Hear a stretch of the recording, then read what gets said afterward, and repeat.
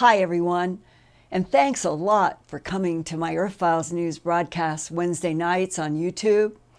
Once in a while, I need to travel for TV productions or to speak at conferences, and right now, I'm going to speak for a UFO cruise on a Holland American ocean liner traveling from San Diego south to Mexico ports. I sure wish you all could join me, especially for those night watches under the stars. But this week, I'm not live, and this is one of my favorite broadcasts from the Earthfiles archives. It was when a strange piece of rapidly moving fog came through a window of my office while I was on the air. It moved up my bookcase and disappeared. Some of you with sharp eyes saw it, sent us video clips, and the next week I slowed the video down and wondered if the smoky fog could have been my cat Simba, who had died a few months before. Hundreds of you wrote me about your own encounters with smoky fog after the passing of a beloved soul, whether cat or human or other life. So, while I'm on the UFO cruise, please watch this Earthfiles broadcast, one of my favorites, with a mysterious fog moving rapidly behind me. And then email me your own experiences with spiritual energy after the passing of loved ones. And I'll be back live Wednesday, October 16th at 6:30 p.m. Pacific, 9:30 p.m. Eastern, and in all other time zones around this world. And I'll read some of your letters. Hi, everyone. Chocolate and Fluffy are playing downstairs tonight, so I can show you where that puzzling fog-like or smoke-like substance came through one of my office windows and was caught on last Wednesday's Earthfiles YouTube channel live streaming podcast. I began live at 7:30 p.m. Mountain, like I am right now. The puzzle occurred 2 minutes and 32 seconds later into my live broadcast and lasted for only 1 second on the videotape. I had no awareness of anything unusual. It was not until the next morning on Thursday, October 4th, that Lori Moriarty emailed to tell me, quote, "A fan called attention to something in your video. I would like to put it out to your experts to review. Here is an image from the video mystery and the short video segment that I slowed down 1/4 speed," close quote. The puzzle looks like a piece of fog moving through one of my second-story office windows, briefly brightening a white-painted wood bookshelf and then rising straight up at a 90-degree angle. All of this takes place within 1 second, from 2:32 to 2:33, in my Earthfiles YouTube channel videotape made directly from the live stream. I sent the slowed down video to a trusted Photoshop and video analyst who requests anonymity. I also sent it to author Whitley Strieber. The analyst wanted to see the original video, and we sent it to him and to Whitley. The analyst looped the rapidly moving substance 20 times in close-up of the rapidly moving puzzle that both men conclude is anomalous. And my first reaction was it must be an insect blurred in the live stream process. But the more I replayed it, the stranger it became. The puzzle looks like a piece of fog moving through that corner window right up there, briefly brightening a white-painted wooden bookshelf and then rising straight up and was gone. I'm now going to walk, it's 12 feet from where I'm sitting to that corner. I'm going to walk to where that strange substance appeared on video, and I'm going to show you how high it is from where I'm sitting right now before the camera. Chocolate was in the office after I had just put him down to do news, and Chocolate ended up asleep on top of my copy machine, which is over there by the window. Now, follow to see, I'm going to come up these stairs, and I'm coming up here is the corner right here. And when Eric, my computer guy, and I studied, the odd puzzling fog comes in like at an angle from outside the window through, comes up, lighted a glowy part of this part of the bookshelf. And as you can see, there are no books up here. A lot of people emailed saying, well, what books were highlighted? There are none there. This is where this came, glowed, and went right up and disappeared. I would like all of you, if you could, to see the details of this fascinating 1-second video for yourself, because it is looped over and over now in my Earthfiles in-depth report that is entitled 1-Second Puzzle during Earthfiles YouTube channel live streaming podcast, Wednesday, October 3rd, 2018. And please see my video that goes into all of this with the loops at www.youtube.com/Earthfiles. And that has these repeating frames so that you can study the puzzling phenomenon. Now, I sent that video that Lori had slowed down a bit to a trusted Photoshop and video analyst who requests anonymity. And I also sent it to author Whitley Strieber. The analyst wanted to see the original video, and Lori sent it to him and to Whitley. The analyst looped the rapidly moving substance 20 times in close-up. Both men concluded that the rapidly moving puzzle is, as they said, anomalous, close quote. Here are Whitley Strieber's words from his email.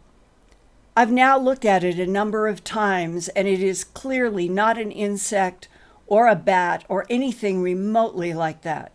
The only ordinary thing it could be is a puff of smoke or something that was smoldering, and that's not there either, like there's nothing off camera. Let's wait for an analyst to weigh in, but my vote is in. It's unknown, close quote. And here is the analyst's comment. I'm attaching the clip, which loops 20 times and then again in close-up. The wisp seems to be moving in a straight line, though changing shape to some extent. It's definitely not an insect close to the camera. If you view the clip in a QuickTime player, you can advance it frame by frame using your arrow keys to get a better look at it. At this point, I'd say it is definitely anomalous. And this is a man who studies videos and images for a living.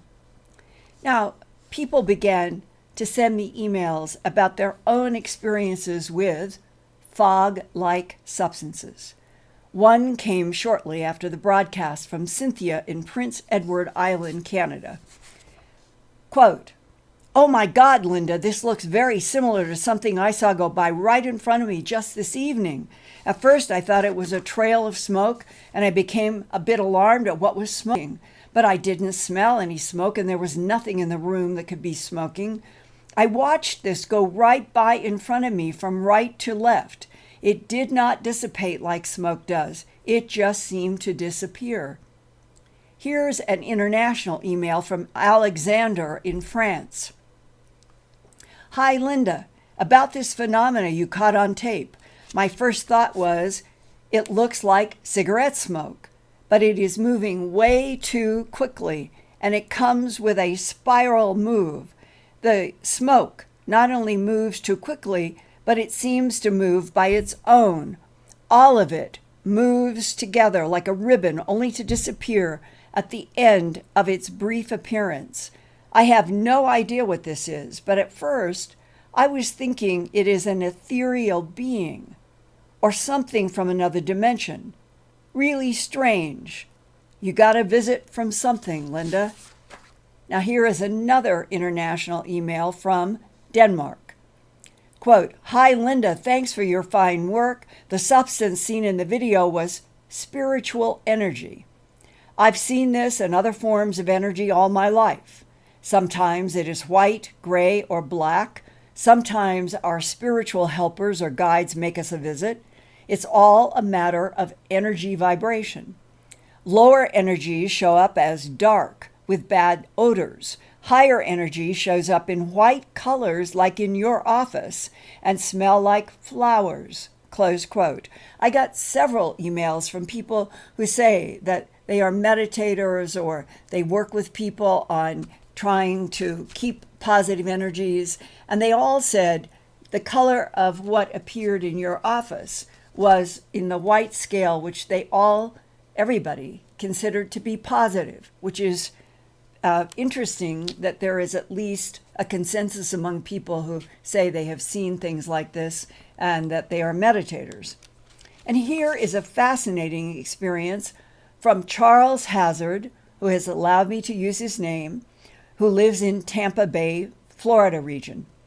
Quote, "When I first saw your video loop of the puzzling white substance in your office, it reminded me of an experience that I had once in a mountain cabin of Arkansas. That home is very isolated with no light pollution, and on this night I enjoyed a crystal clear view of the night sky from my bed. Suddenly, a luminous, misty fog drifted toward me through the glass window, mesmerizing me and enveloped my head. That fog was filled with hieroglyphics, and it seemed alive. It seemed to answer every question any human could ever have asked. But afterward, I could never explain." Close quote. Charles Hazard is going to join me on my October 25th Coast to Coast AM Earthfiles Radio News update broadcast with many more fascinating details from the experiences that he had around the hieroglyphics and other experiences in his life. And in my Earthfiles report that will go with my radio broadcast on October 25th, Charles is providing sketches of some of the hieroglyphs and objects that he remembers in that extraordinary telepathic download from a piece of fog that came to him through the cabin window. Whatever that 1 second rapidly moving fog or smoke like substance was last week, let's keep moving forward into new mysteries. And one of the strangest has emerged in Navajo County, Arizona, the end of September. Navajo County Sheriff is Casey Clark, and on September 28th, he did an interview with the White Mountain Independent newspaper in Show Low, Arizona. Show Low is only 20 miles south of Snowflake, Arizona, near the Apache Sitgreave National Forest, and it's a town called, and there is a town called Eber, spelled Heber, where Travis Walton was abducted by a diamond-shaped UFO from a logging site on November 5th, 1975, for 5 full days. To this date, that Arizona region of Snowflake, Eber, and the Apache Sitgreave National Forest is notorious for UFO sightings, animal mutilations, even Sasquatch and other high strangeness. What Sheriff Clark told the White Mountain Independent is that about 3 weeks ago on September 21st, 2018, his office received a 911 emergency operator call that a woman in the Antelope Valley, about 10 miles north of Eber, was pinned on the ground by a large black cow, and that whenever the woman tried to move to get away, the cow would press harder on her to keep her from moving. Sheriff Clark's deputy, Vincent Palazzolo, was ordered to the scene to help the woman and reported that the woman was still being held on the ground in an open field by that large black cow when he got there. Quote, "When Deputy Palazzolo, a 5-year veteran of the sheriff's force and a rather large man, arrived, he began waving his arms and pushing on the cow in a futile attempt to get the cow off of the woman. He even tried unsuccessfully to use his taser as a noisemaker to scare the cow away. Ultimately, Deputy Palazzolo used a drive stun on the cow, which made it move away from the woman, who was then able to scramble to safety. But then the cow turned its attention on the deputy, charging him and knocking him to the ground as the stunned woman looked on, unable to help the deputy. This is a close quote from the sheriff. Now, the story goes on. The sheriff confirmed that the cow's head butted Deputy Palazzolo against his chest, covered by a bulletproof vest, and it hit the deputy so hard that Palazzolo fell to the ground, and then the cow stepped on the deputy's leg and on the deputy's chest. Palazzolo was able to fire off more taser blasts at the cow, and finally the cow ran off. People began to ask, why would a cow go rogue like this against the woman and the deputy? Further adding to the mystery is an update that a rancher living close to that area found 2 dead cows on September 9th, right in that area.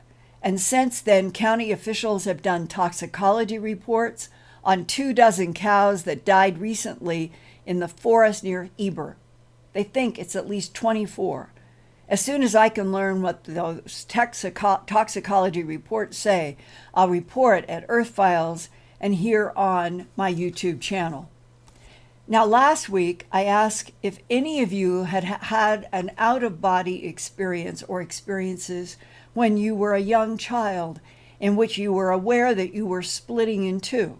One part was your body on the bed or lying in a chair or on the floor or wherever, and the other part of you was rising or floating around your room or even going outside above your house. Well, tonight, I want to share just 2 of many dozen emails that I've received about childhood out-of-body experiences, and hope in our audience tonight there might be more of you who have had out-of-body experiences to share from childhood and on into adulthood. Several emailers are telling me that until right now, until my question about have you had as a child any out-of-body experiences, that they have never shared their out-of-body experience or experiences with anyone in their life before now. And responding to this question. And I think it is a very valuable issue to have dialogue with all of us together, because what is it that separates from the body? Is it the literal soul? Or another layer of the body-mind complex that we still don't understand? And this might have a lot to do with these issues about what is it in the human mind that non-humans can so easily communicate with and or manipulate human minds. If we understood more about ourselves, if we understood more about what it is that is separating when we are children in 2 places at once, maybe we would begin to make some headway on what our relationship is with telepathic non-humans who can manipulate us so well. Now, let's start with an email from somebody called Mickey. Quote, this is what he's writing. You asked for people who have experienced out-of-body to email you. Mine was very brief. I was 10 or 12 years old, asleep. I woke up and I was trying to open the door to my bedroom, but I could not grab the door handle.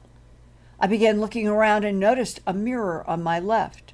In the mirror, I saw my own reflection, but I was levitating off the floor, and I could not really see my feet.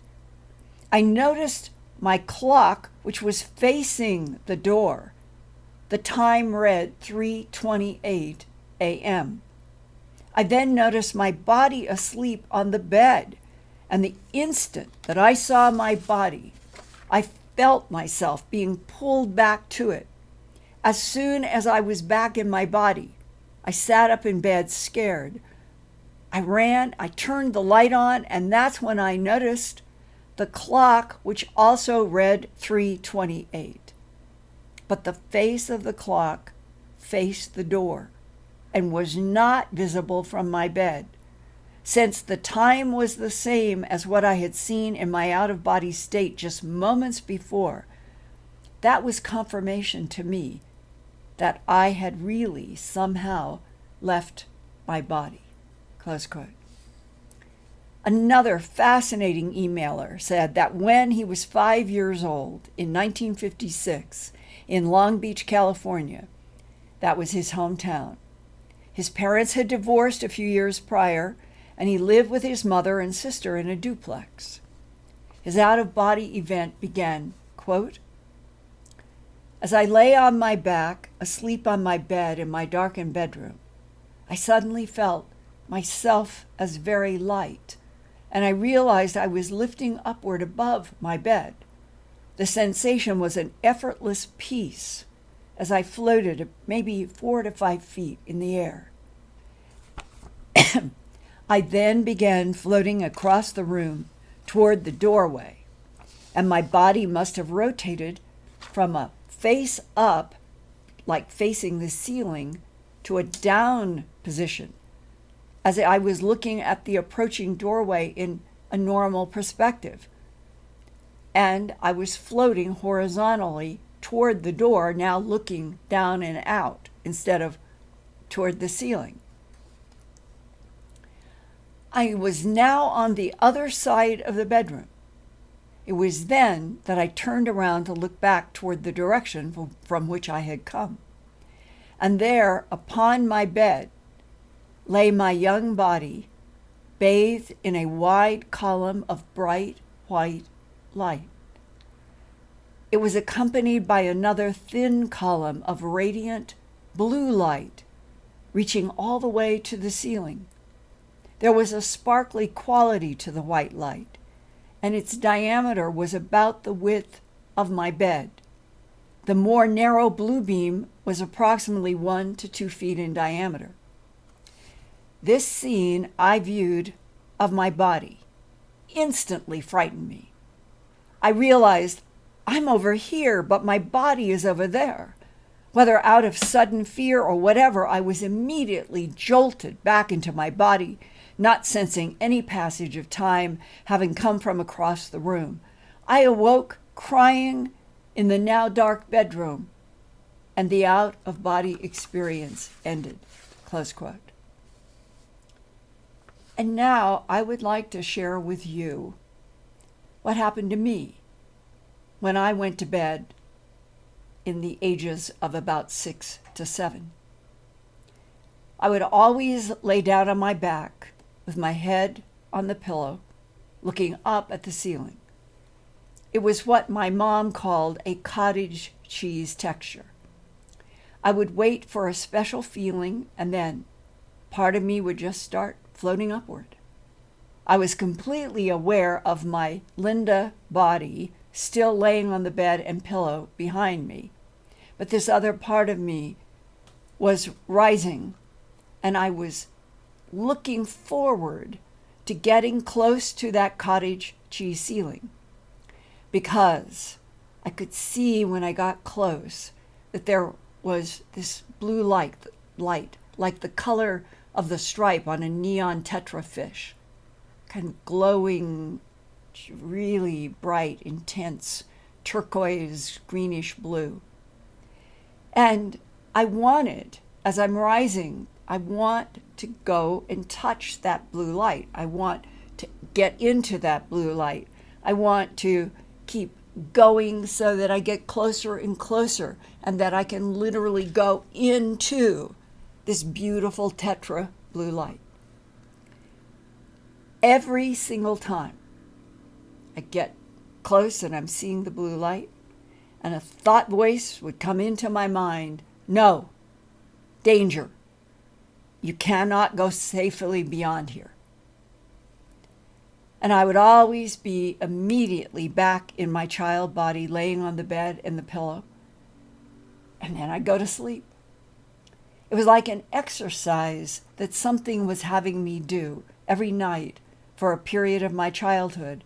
And I've always wondered why, especially because of that warning voice every time that would never let me keep rising into and through that blue, beautiful light in the cottage cheese ceiling and go through the ceiling and outdoors. Never. I was always stopped by that warning voice.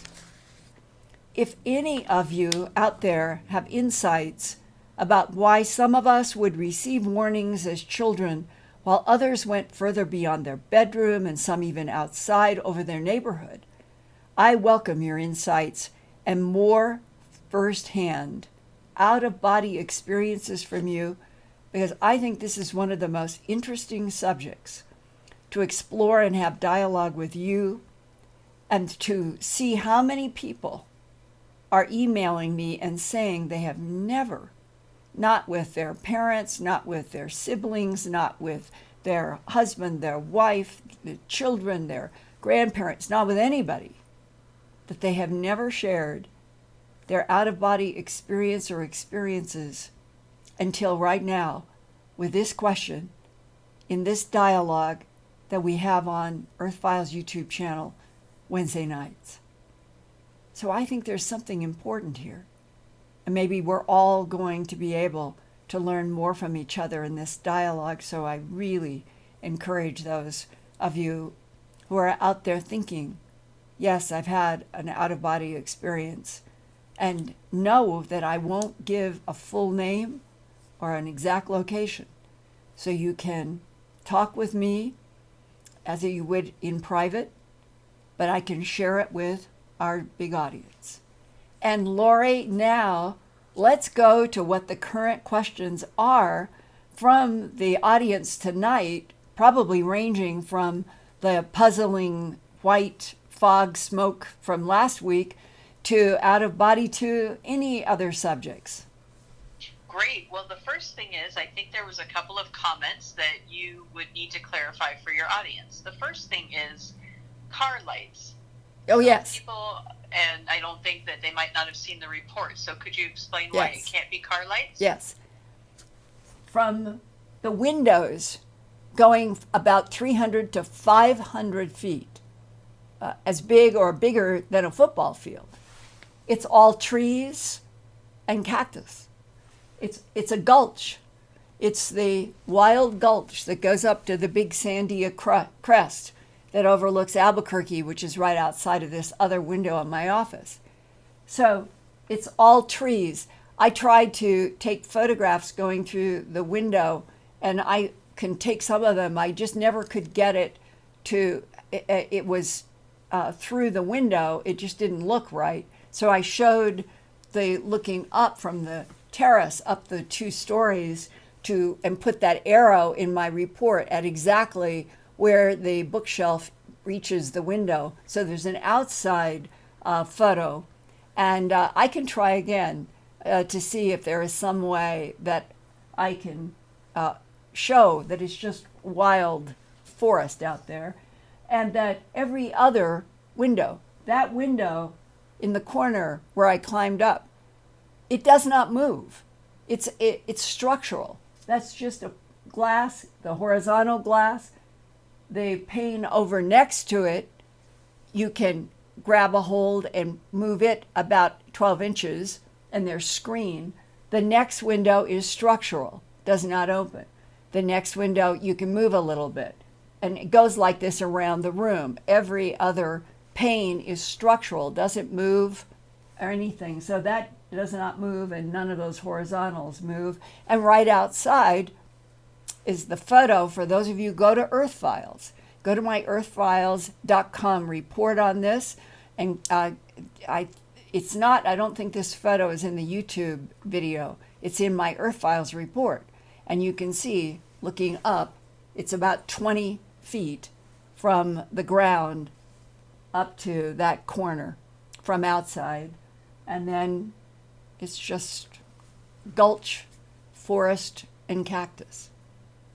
So that's and the next series of comments were, could it have been someone vaping or smoking in the office? No, you can see there's nobody here but me, and there was chocolate in the office, and Fluffy was downstairs eating, but there's nobody else here, and I couldn't take a smoker around me for love or money. You all know how allergic I am, terribly allergic to juniper, and all things pollen, all things smoke, all things mold.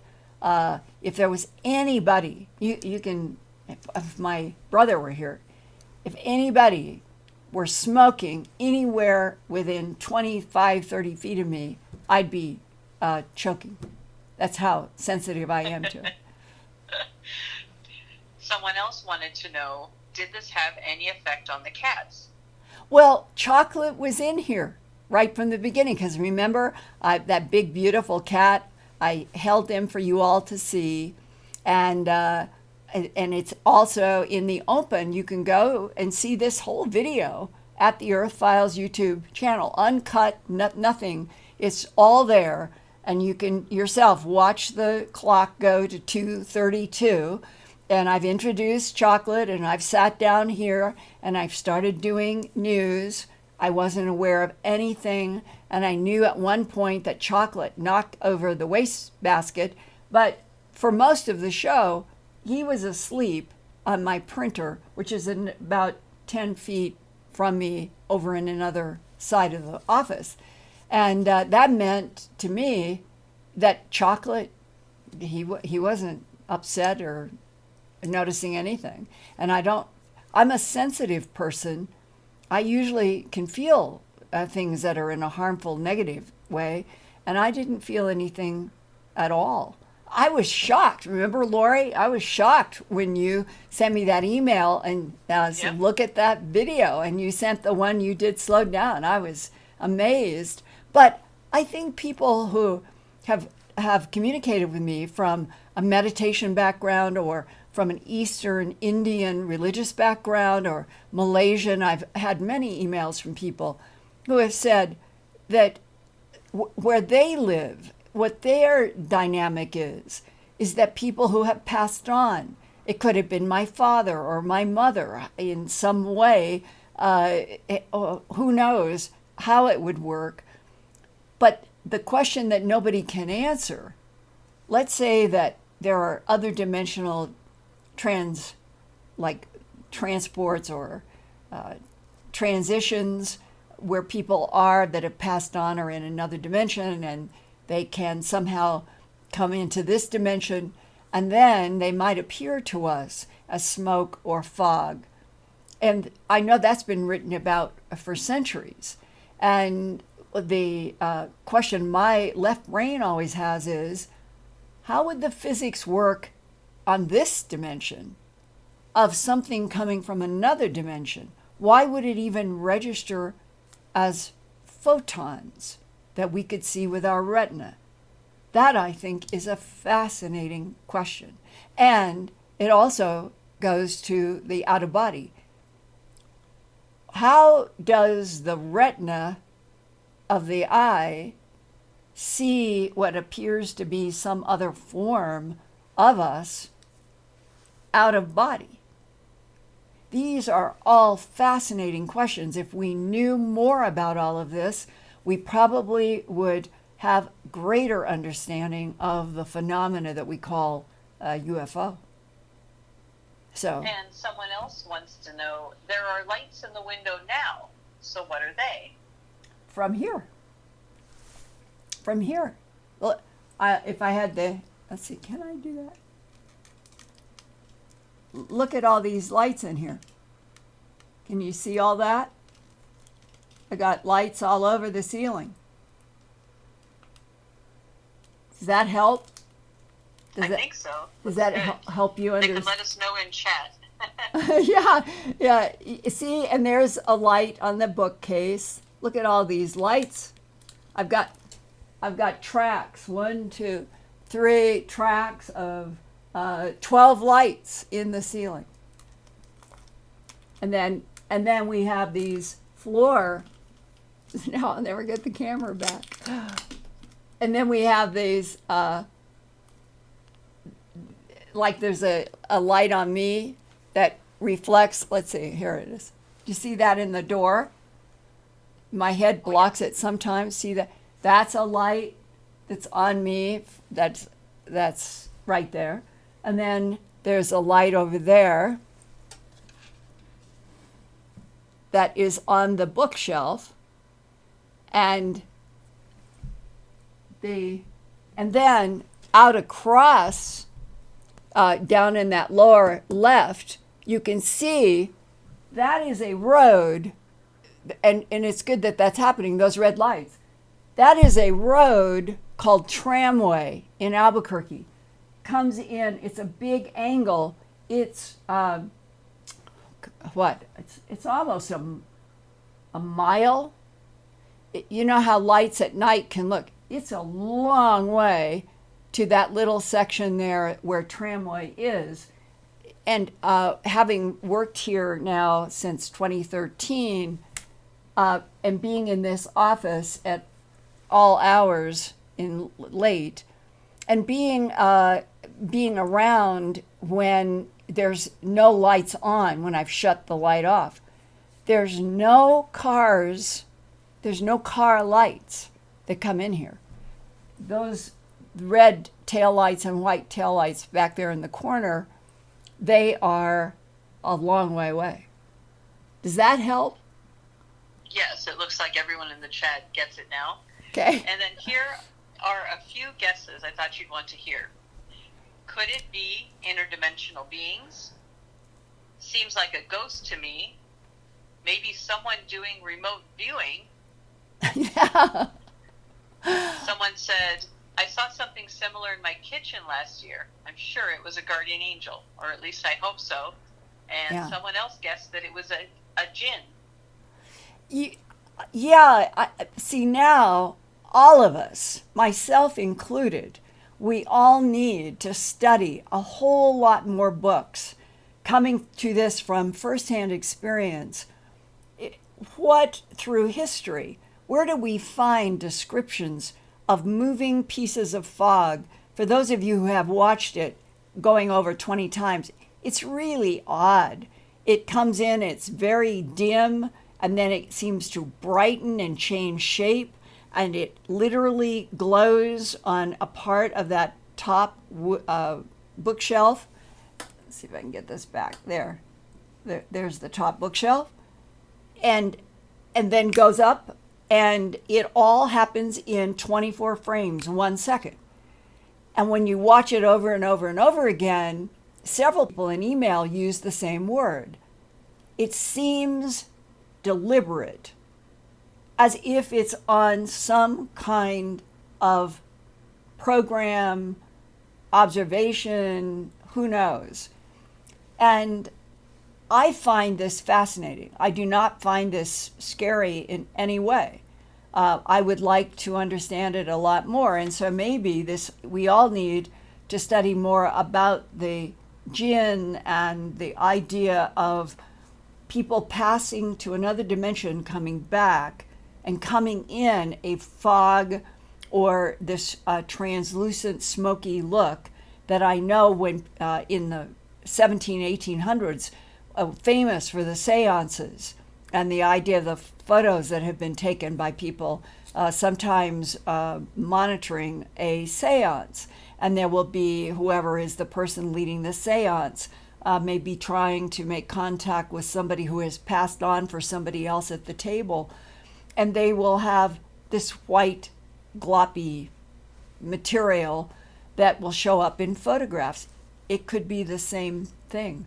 So for those of you who have knowledge, whether academically or other, about this whole issue of what is the fog-like, smoke-like substance associated with seances to contact the dead, angels, angelic spirits, that the white has been long associated with something positive. I'm going to assume it's positive, but I must tell you all, I have gotten several emails that have really made me think, saying that in the world that we live in now, in which there's remote viewing and technological spying and all of that, that it might have been just an indication of some kind of a technology or something that is monitoring me and what I say and what I do. And if that were the case, I have been living with some form of monitoring and phone tapping and computer tapping for so long now. I used to get angry. I used to get angry at being an American living in a country where I and others who were dealing with UFOs, that our phones would be tapped and we would be followed and photographed and monitored. And today,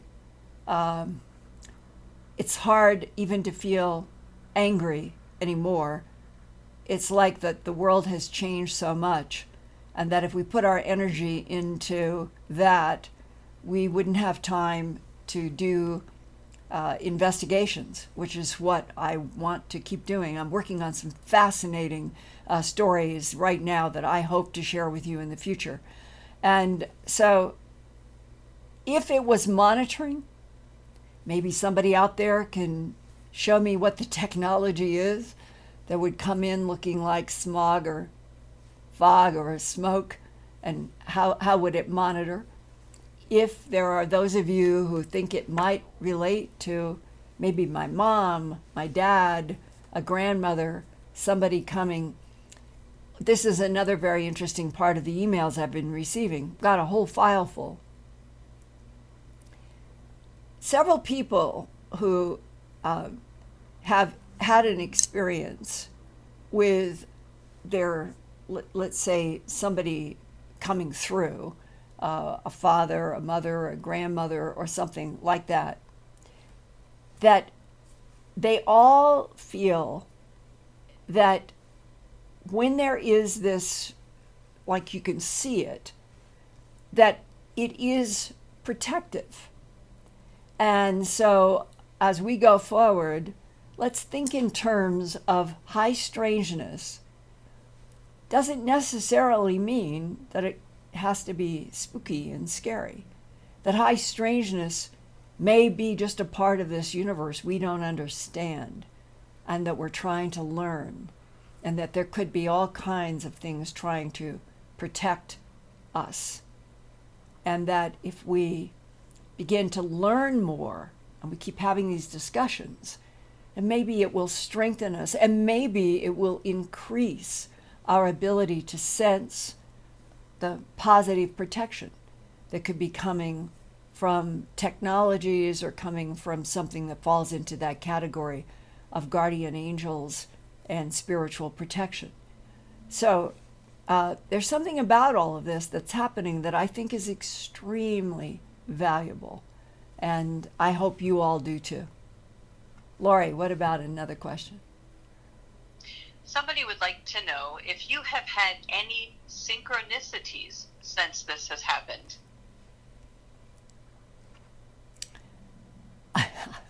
Why I'm laughing is I have had a life of synchronicities. My life and how things work and come together and what happens. Sometimes I think it is like I'm in a theatrical play and I just don't understand the script, but everybody around seems to, everything moves in and out and around like it's all being woven to something. So synchronicity is something that is so common to my life that it would be hard for me to say that something stuck out this particular week. Another question. Is Linda still hoping to interview Mike Battaglia about his near-death experience? Yes, and in fact, I think we're going to try to do that, and I will put it in a series that I'm going to try to be doing from all of these emails that I'm gathering, and fascinating fascinating interview, and it's a question of time because what I have been doing recordings for is my upcoming coast on the 25th of this month. I think you will find that it is a mixture of both the extremely important in terms of our current world and then fascinating insights into Charles Hazard's. And so then I'll have to do Michael Battaglia's for a next report. Now this one's a little bit long, so here we go. All right. Does Linda think TTSA is talking with Congress, and if anything will come out of it? Also, is there any news on the metamaterials? Why does she think this is a reason for mutilations? The metamaterials are a reason for mutilations? Maybe you could ask for somebody to clarify that last part. I think they're still online, so they will. Yeah, try to clarify that last part. I think that To the Stars is trying to do something extremely important. If they can get labs and scientists to work on materials that have allegedly come from crashed craft that are not made on this planet, and that we can learn about how they're made and what they might do and be able to accelerate our own science, which is their goal.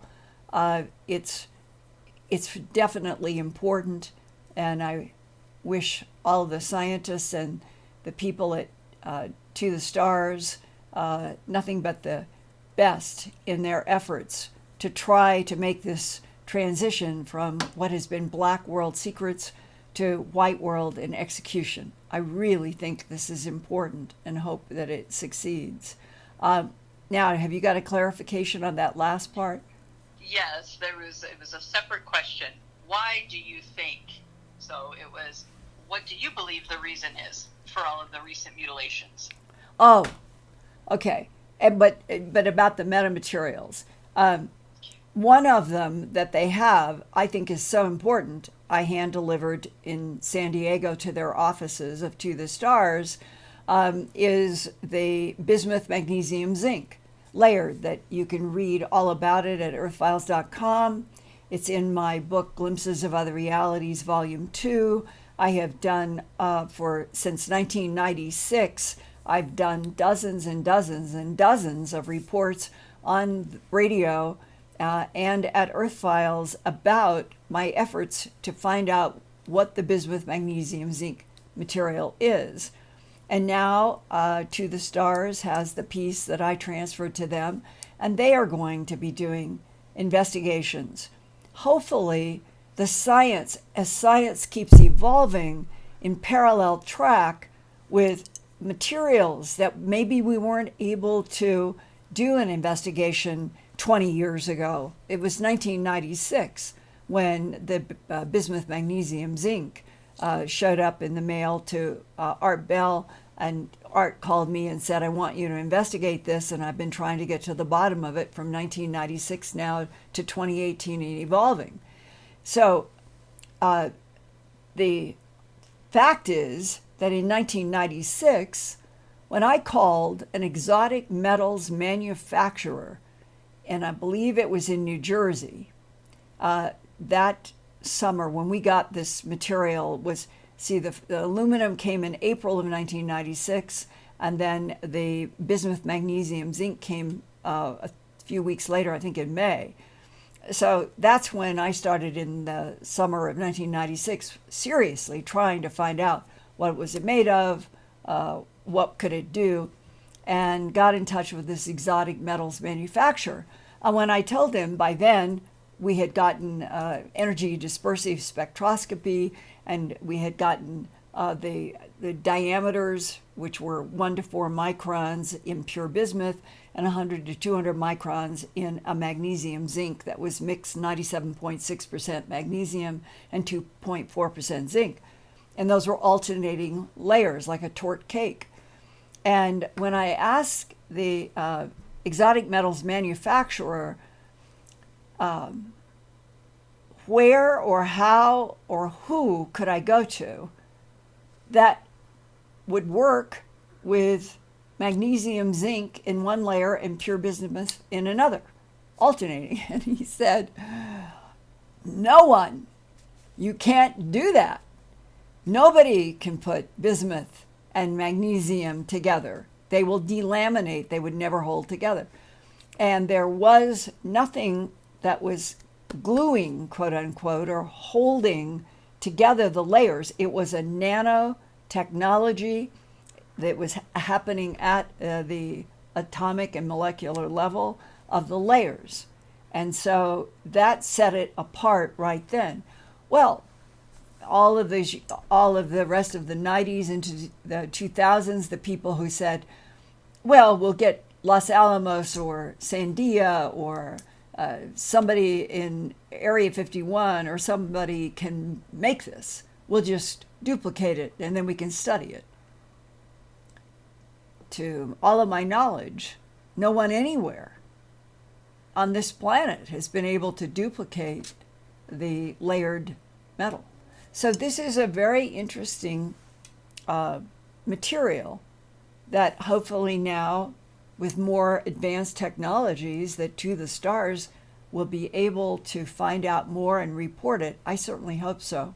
I think it's just a fascinating material, and to find out exactly what it did and how it worked would be, and to confirm that would be worthwhile. Now, I have reported in conferences, in presentations, at Earthfiles, I have reported that 2 years ago, a physicist who told me he had worked at Area 51 in the 1970s said that he had worked on a 6 foot long, I think it was 6 feet by 3 feet or so, a sheet of the bismuth, magnesium, zinc metal underground at Area 51. This is his story. I can't prove it. He couldn't prove it, but I'm telling you what he said. And he said he came to understand in the work that they were doing that the bismuth, magnesium, zinc was the outer skin of wedge-shaped like a piece of pie, not necessarily pure line triangle, but kind of wedge-shaped, maybe with curve to the sides, and that the bismuth, magnesium, zinc made up the entire outer layer of the wedge-shaped craft. Then, in between was a lot of thousands and thousands of very thin, what he called fibers. He said more sophisticated than what we call fiber optics today, but along the same line, I guess with light running through all the fibers. And then there was an inner skin. And he said that was the pure aluminum, which Alcoa aluminum on the first shipment back in 1996 that we got in April. It turned out that all of these little ovals and squares and these, like they had been cut out of something bigger, Alcoa did a test and said it was about 99.9% pure aluminum. And this physicist told me 2 years ago that what they studied at Area 51 underground was that the aluminum at the atomic level had intelligent placement of monoatomic iridium, and that the two skins separated by these, I'm going to just call them fiber optics, that when they were working together, that gravity could be neutralized. It would be like taking gravity out of the picture at the point of the craft. And that's why they could move 90-degree angles and all of this, and that we aren't dealing with, like humans inside of these craft that do 90-degree angles at high speeds. They are androids that have been built specifically to be the pilots of certain craft. And now we get into this whole complex area of artificial intelligence. How much of what interacts with humans on this planet is actually an original prime intelligence? How much of it are androids? How much of it are clones? How much of it are robots? this is a big area that has to do with the unidentified aerial phenomena. And I think very few people fully understand any answers to that, but that we're dealing with a wide spectrum of intelligence.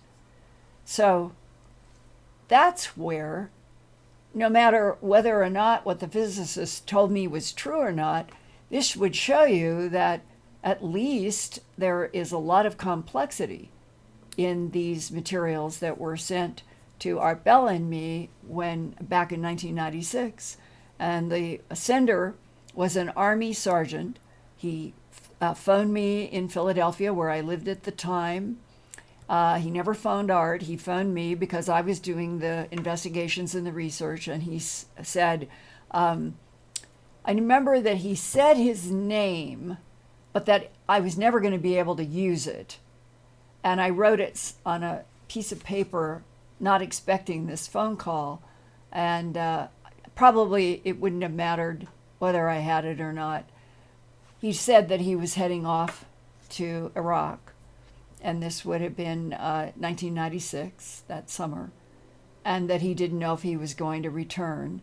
And that he wanted me to know that his grandfather really had served in this special corps, retrieving bodies and craft in New Mexico, and that his grandfather had really left the metallic pieces that he had sent us in a box with a diary, and that the letters, that you can read all of the letters full, nothing's edited out, at my Earthfiles.com website.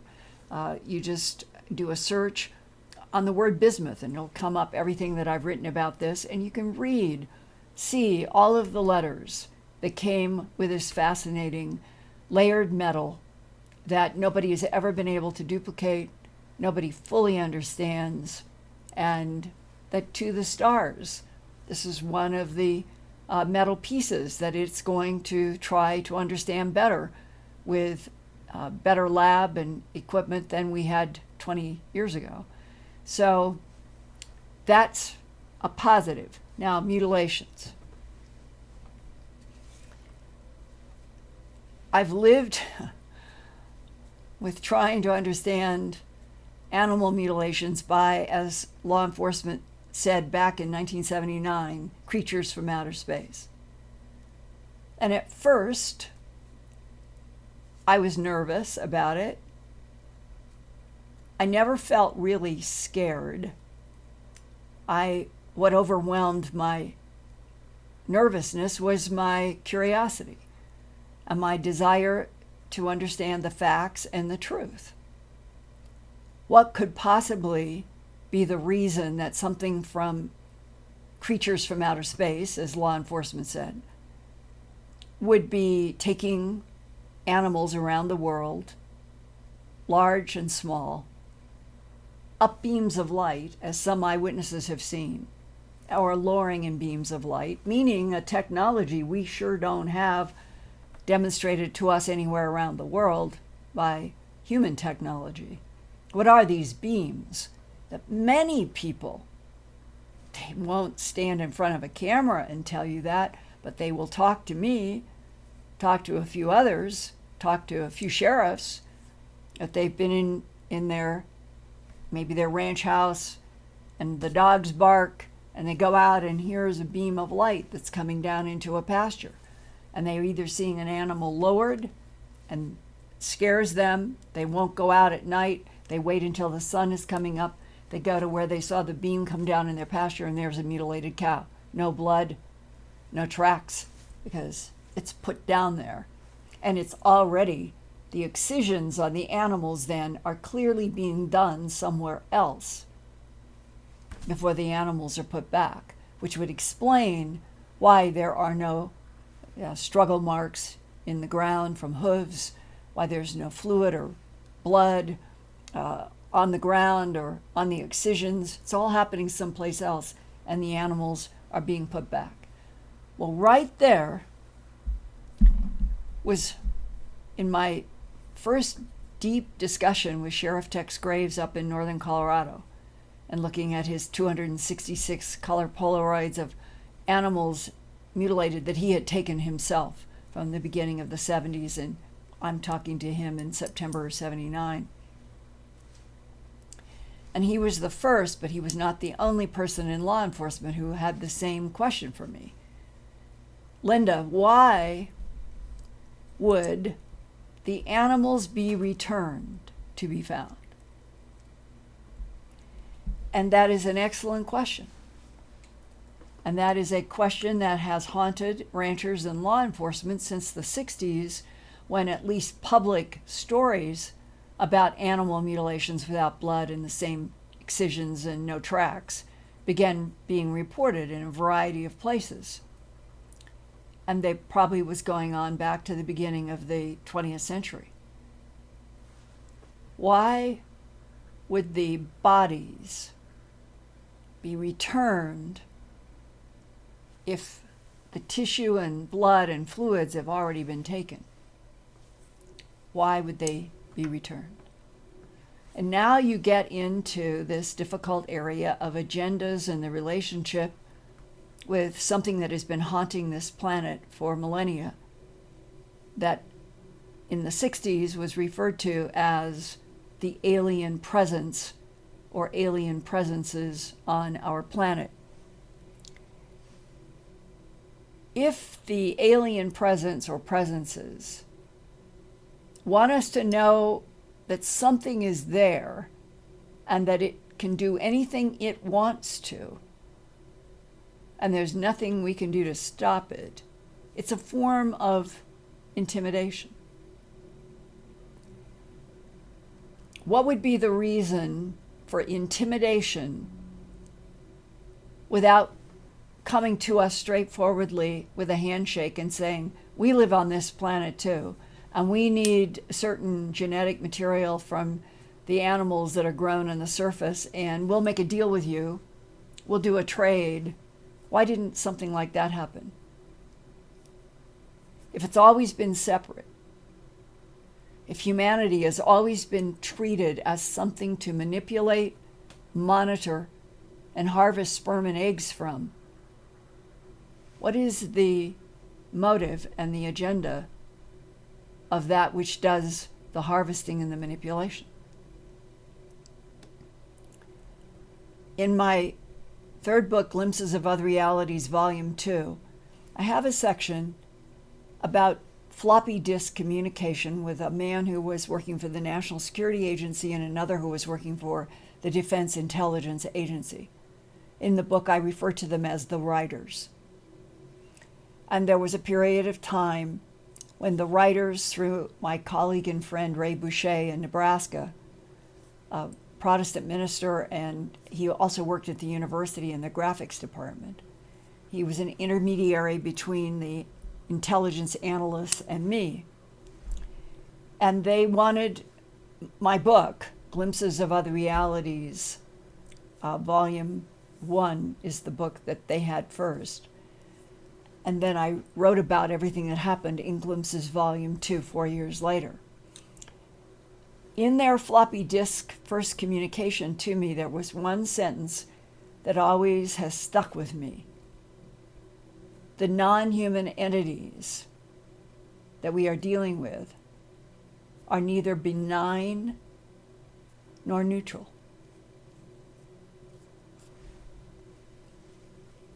So we're back to agendas, intelligences that are apparently cohabiting our planet in some way and have been for hundreds, thousands of years.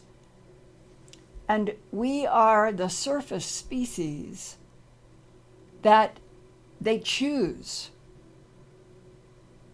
to taunt, manipulate. And in some cases, without question, something has healed people. There have been positives to the human abduction syndrome.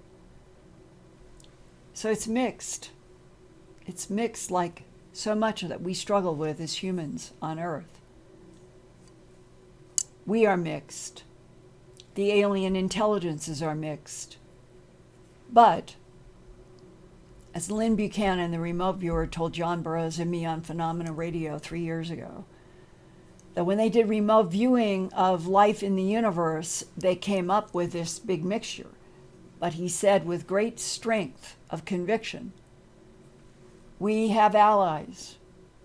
There are advanced intelligences who truly care about the survival and the evolution of Homo sapiens sapien, us, we humans. If we do not advance more rapidly, if we do not stop fighting and killing each other, then our fate may not be good. But if we can advance, if To the Stars can make breakthroughs with science, with various artifacts from alleged UFO crashes, if others can make advances and start pulling us more rapidly into an age where we will have settlements on the moon and settlements on Mars and be working out to get out into our solar system, that advancement there may start taking pressure off of some of humanity living on the planet, which then, hopefully, would end the wars. And it is as if something is watching and monitoring, engaging. Are we moving more rapidly? Are we going to evolve as an intelligence? An intelligence that those that are advanced, monitoring, and trying to help us insist for us to survive, we have to stop warring with ourselves. We have to advance spiritually, physically, mentally. So I feel energized by that. I love this planet. I really care about my fellow human beings. And I think that the vast majority of humans really do care and want humanity to survive. And maybe that's what is being worked on now from other dimensions to help us evolve rapidly and to stop having wars.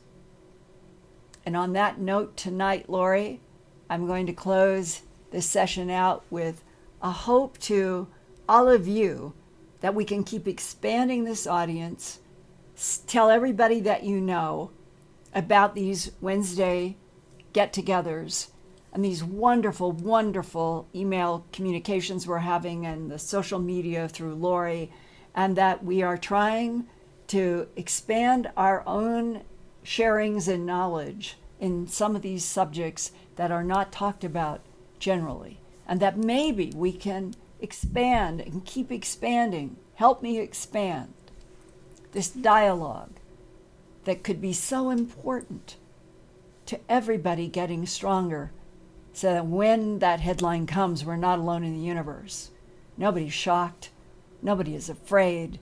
Everybody is just curious and wants to have a handshake. See you next week.